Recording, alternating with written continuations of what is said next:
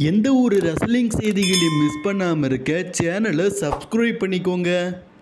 பால் ஹேமன் இந்த வாரம் Friday night ஸ்மேக்டவுனில் சொல்கிறாரு, ராக்கு நான் ப்ரொமோ கட் பண்ணதாக கேட்டேன். ராக்குக்கு ஹெட் ஆஃப் த டேபிள் வேணுமாமே.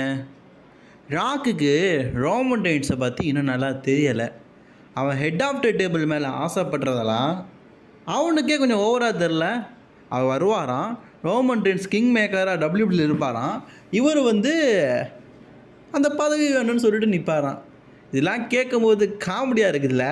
எனக்கு உண்மையிலேயே சிரிப்பாக தான் இருக்குது. உண்மையை சொல்லணுன்னா, நான் 2 பேரை இந்த உலகத்தில் ரெஸ்பெக்ட் பண்ணுறேன். ஒன்று டைலர் பிரேட், இன்னொன்று ஹெட் ஆஃப் தி டேபிளாக இருக்கிற ரோமன் ரெயின்ஸ். இவங்க 2 பேரை மட்டும்தான் நான் எப்போவுமே மனசுக்குள்ளே நினச்சிக்கிட்டே இருப்பேன். ரோமன் ரெயின்ஸுடைய ஹெட் ஆஃப் தி டேபிள் அவருக்கு மட்டும்தான். ஏன் அதை ஆசைப்படணும்னு சொல்லிட்டு ஜெய ஊசா வந்தான், ஜான்சினா வந்தான், இதுக்கும் மேலே கோடி ரோட்ஸ் வந்தான், ப்ராக் வந்தான். யாராலும் முடியலை.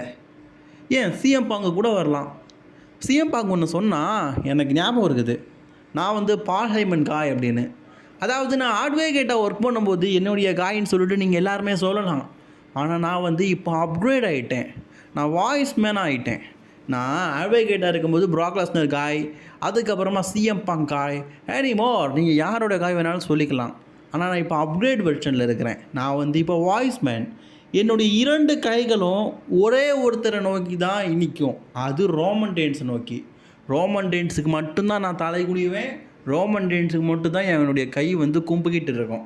அதனால் ரோமன் ரெயின்ஸ் கிட்ட நீங்கள் யாருனாலும் சொல்கிறா, ராக்கோ ப்ராக்கோ யாரோ, ரோமன் ரெயின்ஸ் கிட்ட மோதுற முன்னாடி கொஞ்சம் யோசிச்சுக்கிட்டு ரோமன் ரெயின்ஸ் முன்னாடி நில்லுங்க. அது யோசிக்காமல் ரோமன் ரெயின்ஸுடைய ஹெட் ஆஃப் த டேபிளை எனக்கு தான் வேணும்னு சொல்லிட்டு தகுதி இல்லாமல் கேட்குறீங்கல்ல, உங்கள் எல்லாரோடைய வாயும் ரோமன் ரெயின்ஸ் அடித்து உடச்சிடுவான். அது மட்டும் இல்லை, இன்றைக்கி ரோமன் ரெயின்ஸ் கூட மோதுறதுக்காக 4 பேர் தயாராக இருக்கிறாங்க. அதில் ராக்கு இப்போதைக்கு டேரெக்டாக ரோமன் ரெயின்ஸை சேலஞ்ச் பண்ணியிருக்கலாம். ஒருவேளை ராக்கு உனக்கு ரோமன் ரெயின்ஸ் கூட மோதணும்னு வையேன், நீ நேரடியாக ரோமன் ரெயின்ஸ் கிட்டேயே கேளு. அதுக்கு நீ ஸ்மாக்டவுனுக்கு வரணும். நீ எங்கே வர போகிற? ஹாலிவுட்லலாம் இருக்க போகிற. ஒன்று புரிஞ்சுக்கோங்க, ரோமன் ரெயின்ஸை எதிர்க்குள்ள யாருமே இல்லை. இன்றைக்கி கூட ஒரு ட்ரிபிள் த்ரெட் மேட்ச் நடக்க போகுது. அதில் வெற்றி பெறவங்க ரோமன் ரெயின்ஸ் கூட மோத போகிறாங்க. அது யாராக வேணால் இருக்கட்டு, ஆனால் ரோமன் ரெயின்ஸுக்கிட்ட பார்த்துருங்க. ஏன்னா ரோமன் ரெயின்ஸ் காடுக்கு சமானமானவர். இந்த பிளானட்லேயே ஒரே ஒருத்தர் தான் பலசாலியான ரெஸ்லர் அப்படின்னா அது ரோமன் ரெயின்ஸ் மட்டும்தான். வேறு யாருமே கிடையாது.